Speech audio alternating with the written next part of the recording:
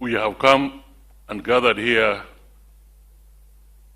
to honor, to celebrate, and to say a final goodbye to our dear friend, Cyrus Jirongo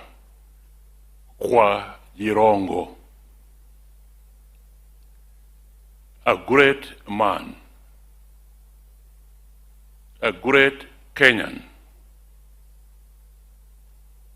a leading entrepreneur, and a philanthropist. I first came to know CJ, as we now called him, early in 1992, when I was the Attorney General of the Republic. He was introduced to me by two Kenyan leaders, Honorable Elijah Wasike Mwangale and Honorable Burudi Nawera. And when I first met him, I noticed immediately that he was a man of great zeal, a lot of enthusiasm, really a go-getter, and very much concerned with the future of Kenya and the future of the Mulembe nation. So from that time, we hit off well and would meet many times between him and particularly Musalia at that time.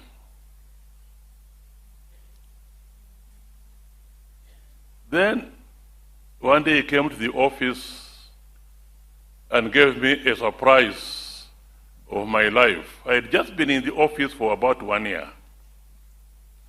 And he came and said, "Wako, we want to make you Chief Justice of Kenya." I was surprised. I told him, no. I'm still a bit young. But more importantly, I was more focused on having a contribution towards constitutional and legal reforms, so we can find somebody else. And I thought he had agreed. Only later, for Mwangale and Bunawera to say the same thing, and I gave them the same answer, and I thought that put matters to rest. Only later, for the President Daniel Moi to tell me, the elections are coming, we may go away and whatnot, and I don't want to have an expatriate Chief Justice anymore. At that time, the Chief Justice was Hancock's. I want an African Chief Justice, and you are the only one who can do this job. I explained to him in the best possible manner that maybe not. Then he told me, "You get me a black man from anywhere in Africa, black man, to come and replace Hancock's." So I went to Ghana and convinced Apollo to come. That was Jirongo. I said he was a philanthropist. He helped many, as you have heard. Many succeed in politics, many succeed in business. He also helped me when I decided to join politics and to campaign in Busia. He came without any notice to me. I was on ODM, he was on the Federal Party, another party. He came to campaign for his people, but as far as senatorship was concerned, he told the Busia people they support Amos Wako of ODM. And also gave them something which did not mind, which went far above what I myself could give in the form of campaign. So he really campaigned for me. I said he was an entrepreneur. And I want to repeat what I think Amayo said.